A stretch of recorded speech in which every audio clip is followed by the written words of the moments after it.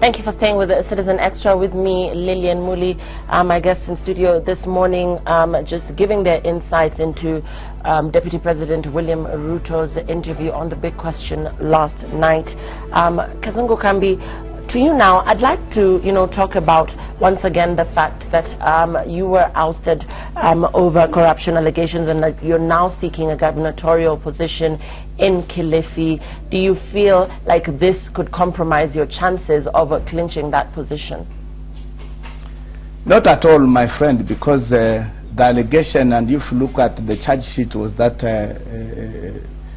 I abused my office. That basically what it meant is that I did appoint 2 able Kenyans to serve in the board of NSSF, but the DPP said no, there's no case, so I was vindicated. What I'm trying to say is corruption does fight back, and I think I know my accusers now. I know who brought up the story, who hooked up to the story. But that is what under the bridge. I want to serve the Kilifi people as their governor, and I do have 5 agendas for them. And one of the agenda is to make sure that we have food on the table. We cannot largely depend upon rain, so we want to do irrigation. We intend to do a multi-purpose dam so that we can get water for domestic use, we can get water for irrigation, and maybe water to produce power for sustainability of the project, because the project also must be sustainable. And again, looking at the agricultural sector still there, there's the blue economy that is basically fishing. We can still do better, and since agriculture is a devolved function, I think I'm the best person who can deliver all these agendas. The second agenda, of course, is education. It is quite hurting that at this century you will find children studying under a tree. That is not going to happen again.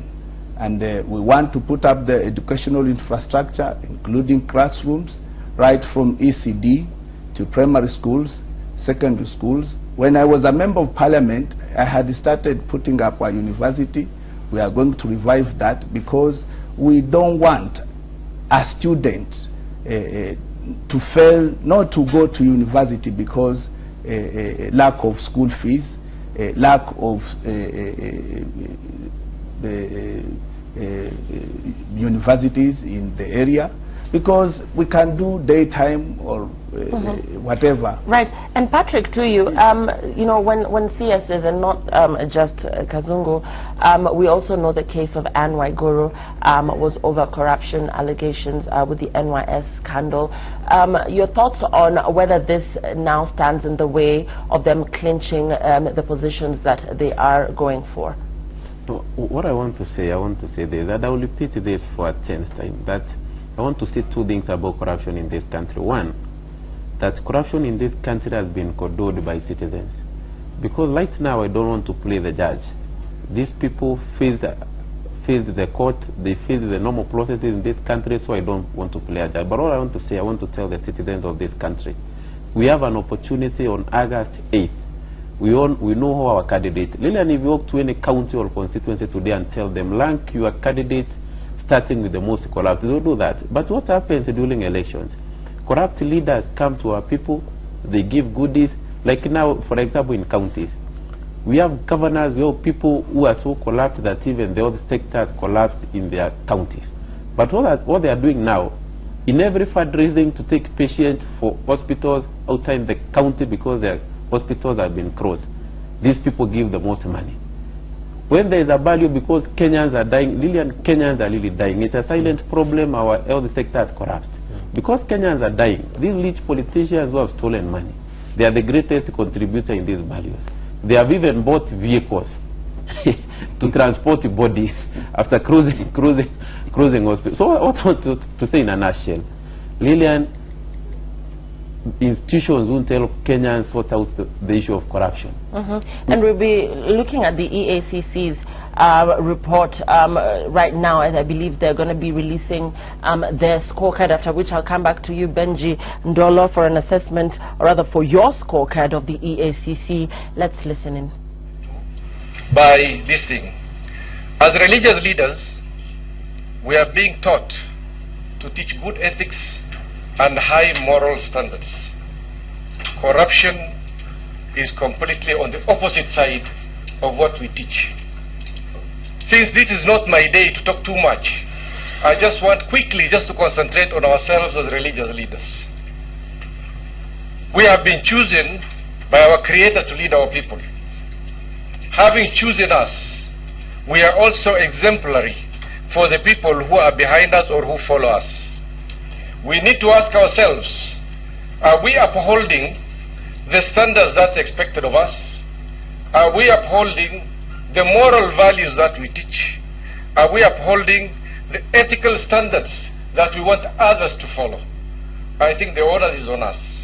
We have been given the opportunity in terms of partnership by an institution that is paid for by the people of Kenya by our taxes. And they have made us to meet here in order to support the Kenyan person who is on the street, to make sure that his shilling and pence is being spent in the right way. Are we going to be the right partner? More importantly, it's not only the people of Kenya. We have got a moral responsibility to our Creator. Whether you're a Muslim or a Christian, a Hindu, or whatever other faith you follow, we all are answerable to our Creator. And we need to deliver to be seen by not only by the people, by our Creator, that we are doing what we task other people to do. So, my brothers and sisters who sit here today, I think a hand of friendship and partnership has been extended to us by EACC. I hope that we'll be able to fulfill what is expected of us. Thank you very much.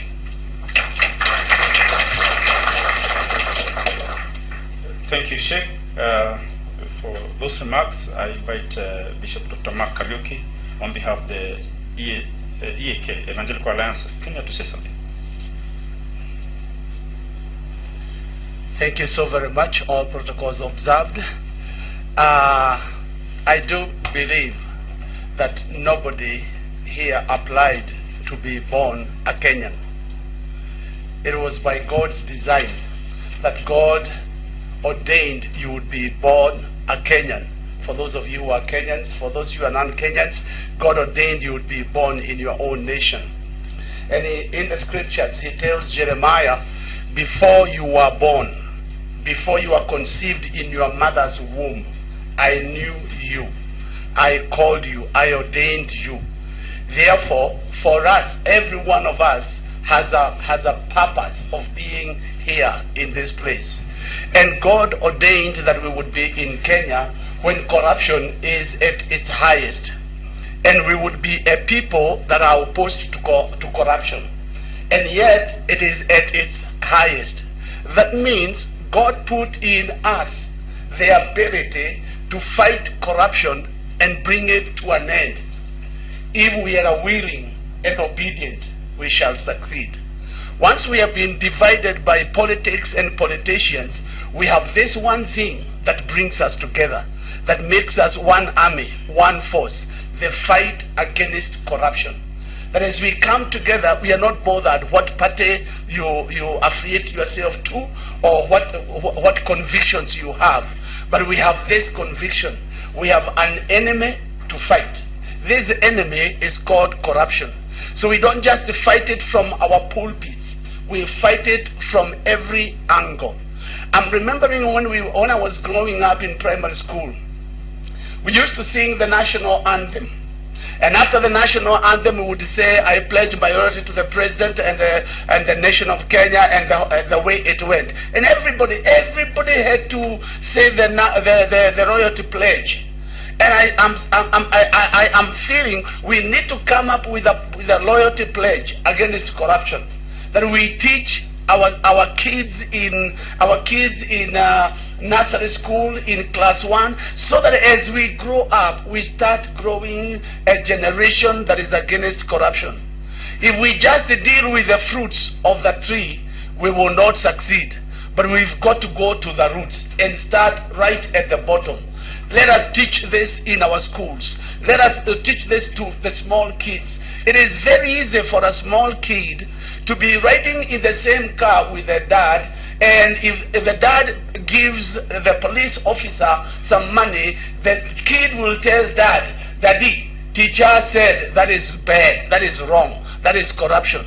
It is so easy. So let us not just deal with a plan and program to deal with the fruits. Let's go right to the root and aim at having a generation that is going to grow knowing that corruption is bad. We at the Evangelical Alliance of Kenya have adopted a program where we are teaching on the life of integrity, how to live a life of integrity. And we have partnered with many other people, and we are going all over the country teaching this, because we are committed to fighting corruption.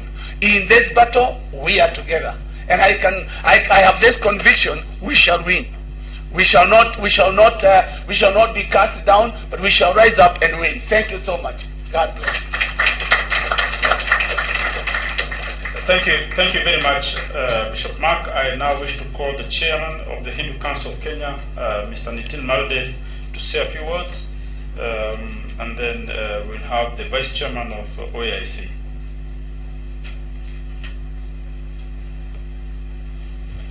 Namaste, my dear brothers and sisters with divine soul. Indeed, it is good gesture from EACC for having this partnership joint framework with 5 sectors. And we as a religious fraternity are really proud, and we have a lot of hope that one of our own religious leaders is heading this great commission. And when Archbishop Wabukala has joined this EACC, the people of Kenya, Wananchi, had a lot of hope. And we know that whatever is happening in recent days, it proves that action speaks louder than words, and we will see more changes in coming days.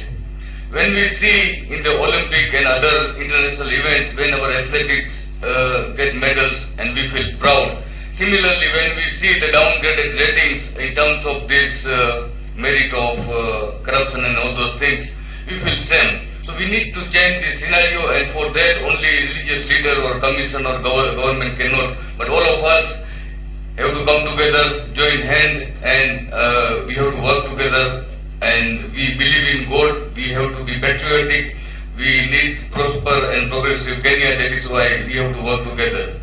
And it is said that when the leader is able, then automatically governance will be stable, and that Wabukala is doing. And we also wish to advise the government of Kenya that specifically to progress of Kenya, remove red tapes. Instead, put red carpets, so we get more investment, and this hurdle of corruption can be curbed.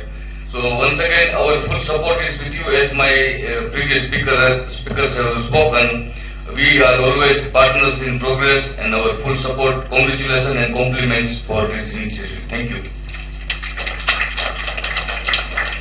Thank you, Mr. Malte. I'll ask Archbishop John Marete to say a few words on behalf of the Organization of African Institute Churches.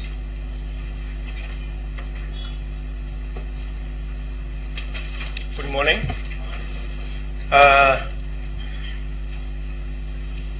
The song that we sang this morning, number 4, and I'm agreeing with Bishop Mark Kariuki that this can be a starting point to our children in primary school, that they sing this as a national anthem alongside the common national anthem, because it brings out very clear intention. Number 4 says that tunania, we are willing. We will create that willingness in our people right from the beginning, and then we say kuna sababu, we have a reason. What is that reason? Corruption is eating our society. Corruption is doing all that, what you don't desire. Let our children start having that reason of fighting corruption. Uwezo. This means that we are able to do it. We have all the methods. Tuko na mbinu sote. And because we have those mbinu and the uwezo, then it is the right time that we go down and start teaching our children Let it be prudent in the pastoral program, which is done every Friday, our schools in Kenya, so that our people can start to internalize that corruption is a disease that needs to be fought by each one of us. And therefore, on behalf of EACC, we are together, we shall work together, and we are going to fight this war together. And definitely we are going to win. Praise God. Amen. Thank you. If you just give space to Pastor Makori, the president of the SDA, to just say a few words also. Pastor Makori.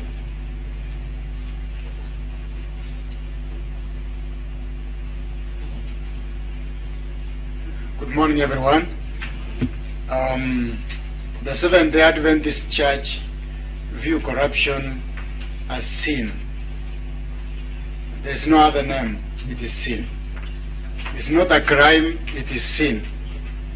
And the Bible says the wages of sin is death.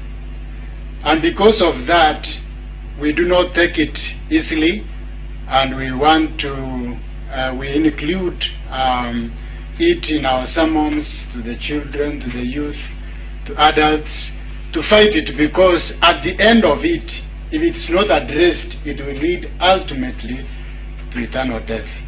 That's how serious we take it. So it's not something we joke with. It's not something we give opportunity to flourish in our society. And I liked the core values. One of them is courage. And so I can say that as we are developing a partnership, what we'll need to fight corruption is courage. Because it is so engraved in our society that when you touch it, the perpetrators will come and bounce on you. They will see you as somebody on the wrong side, and so they will defend it. And as I was reading something, I came to a paragraph here from a book of a famous writer who described courage like this. To all religious leaders, said, the greatest want of the world is the want of men, and of course women. Men who will not be bought or sold. Men who in their innermost souls are true and honest. Men who do not fear to call sin by its right name, including corruption. We don't have to baptize corruption. Like many people have baptized many sins. You know, these days in Kenya, if somebody commits adultery and runs away with someone's wife, they will say, "Hiyo ni mpango wa kando." You know, that's baptism. That's baptizing sin. It is people, the world needs people who will call sin by its right name. Men whose conscience is as true to duty as the needle to the pole. Men who will stand for the right though the heavens fall. That is the courage that is needed to fight this vice, this sin, and the Seventh-day Adventist Church, we are committed to that, from the pastorate to the lay people, from the young to the old, learned or ignorant, whatever the station in life. And so I would say that the EACC, we are there. You can count on us. We want to fight this sin because it will ultimately bring our country to its knees. Thank you very much. Thank you, Pastor Makori. You remind me the fact that we do have a very strong partnership with the National Anti-Corruption Campaign Steering Committee, and one of the issues when we developed a book on anti-corruption together with the national campaign, and one of the issues was the issue of baptizing corruption and giving it sweet names like chai or soda, and the need to call sin by its rightful name is a very important thing, and therefore wish to invite the vice chair of, and who is the acting chair right now, of the National Anti-Corruption Campaign Steering Committee, Reverend Jesse, to come and say a few things for this launch, and also in recognition of the partnership that we already have with them. as a campaign with the religious leaders. Reverend Jesse.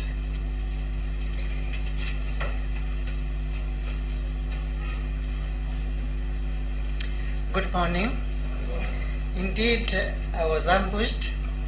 I didn't know this was going to happen, but I thank God to be here and to be here amongst my brothers and sisters.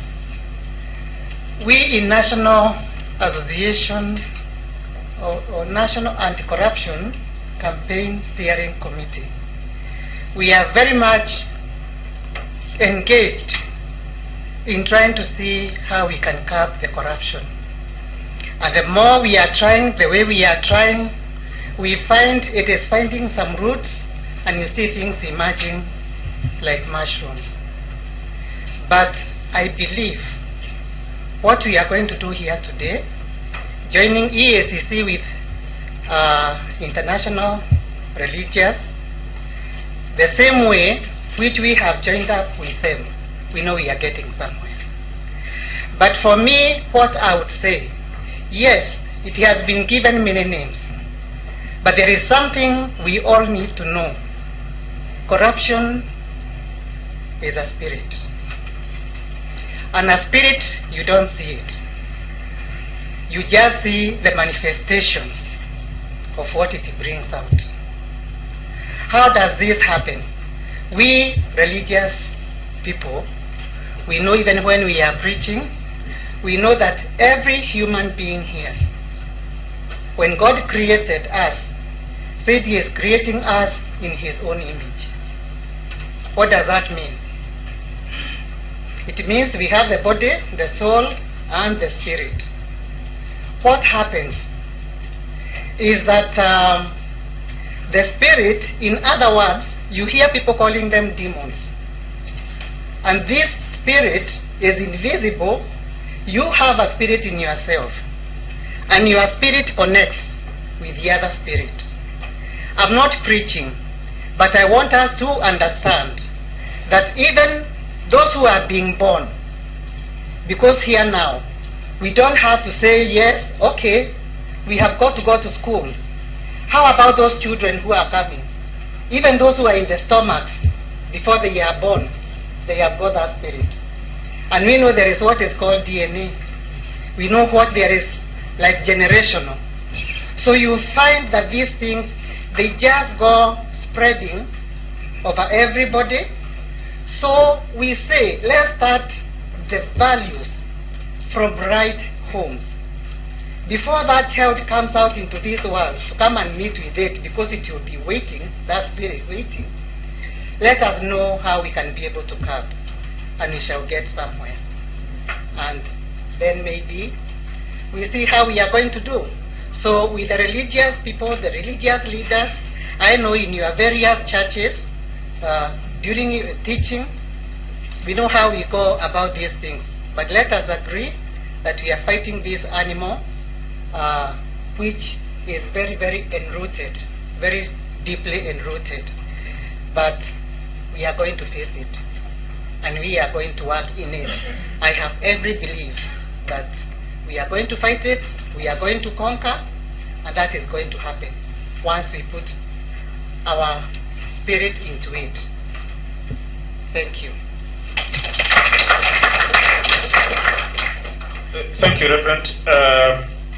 We also recognize that the fight against corruption is a multi-sectoral fight. We, in the religious sector, do not pretend to have all the technical abilities and capacities that we need, and we rely on the people who have been fighting this corruption war for long, for technical expertise and inputs. And because of this, I want to invite the Executive Director of the Transparency International Kenya chapter, Mr. Samuel Kimeu, to come and say a few words. We know that Transparency International is one of the key institutions, not just in Kenya but globally, that has been involved in the fight against corruption, in education, and in strengthening of the governance mechanisms that are going to help us in the fight against corruption. So at this juncture, I invite Mr. Kimeu to say a few words and also greet you. Thank you. Good morning. That is the Ethics and Anti-Corruption Commission there as they proceed to give their scorecard. This, of course, 82 days to the August polls, their scorecard on corruption in the country. Before we get into the conversation around the EACC and whether it has been up to the task of fighting corruption, let's cross over to Mount Kenya University, where the International Peace, Security and Social Enterprise Conference stakeholders are discussing issues surrounding the elections and specifically peace during the August polls. On me that many African countries today, in their quest to attain economic independence and economic prosperity, have declared unto themselves visions. In Kenya, there is Vision 2030, and the intention of the government of Kenya is to ensure that by 2030 we are a middle-level economy, and that we enjoy the fruits and dividends of peace and economic progress. But the fundamental question that we never ask, what about if we undermine our peace? In Uganda, they have their Vision 2040, and in all the countries we have all these visions. But let me tell you that these visions can turn into a nightmare in the twinkling of an eye. It is not lost on me that we do not have the practicing politicians here. But in many countries throughout the world, conflicts have been brought about because of the conduct of the political class.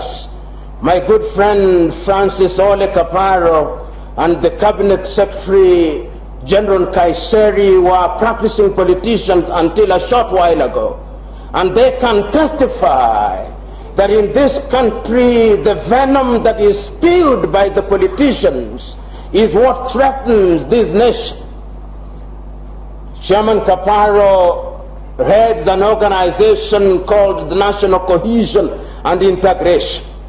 The declared agenda of that commission is that it is at once the midwife that will ensure that Kenyans will celebrate their Maasai-ness as is, that they will celebrate being Kikuyus and Kambas and all the 53 tribes, but they shall move forward as one because we are tied in the hip as Kenyans. Writing in 2003, a Kenyan politician, Koigi Wawamwere, in a book titled Towards Genocide in Kenya, The Curse of Negative Ethnicity, says, not in so many words, but says in effect, that the tragedy of Kenya, as in many African countries, is that the African is often hypnotized by the politician who tells him that their survival and safety and economic prosperity not only requires but demands that the other communities be oppressed. And it is towards that politicians create conflicts in different parts of Kenya and therefore create an environment where we cannot enjoy the dividends of peace and the dividends of economic development. We are a country with 53 nationalities. One of the things that we must do in our quest to ensure that we have peace is to create an environment where people can enjoy the fruits of their labor without resorting to ethnic animosity. You know, General Kaiseri is here, and I'm being very practical about it. Right now in a place called Baringo in Kenya, the men are not at ease. So the question that they are asking is a foundational question. Why are governments constituted amongst men? Governments are constituted amongst men that they may use the taxes that they get from the people to ensure that an environment is created where peace and harmony is restored. We are heading towards an election. The Pokot of Kenya are asking, are we part of the Kenyan equation? The Turkana of Kenya are asking that question. And many communities are asking that question. And in a conference such as this, it gives us an opportunity to hear from government officials what it is that they are doing to ensure that peace will be maintained. It is also important in a conference such as this to remind the political class, to remember the wisdom of old, that those who arrogate to themselves the monopoly of wisdom often lead their countries through shortcuts to chaos. It is therefore important that we must remind ourselves that there is nothing that can be achieved without peace.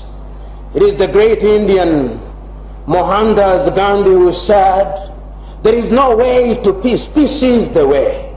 And I am submitting to us who are assembled here today, particularly in a multi-ethnic environment in which we live, we must ask ourselves fundamental questions.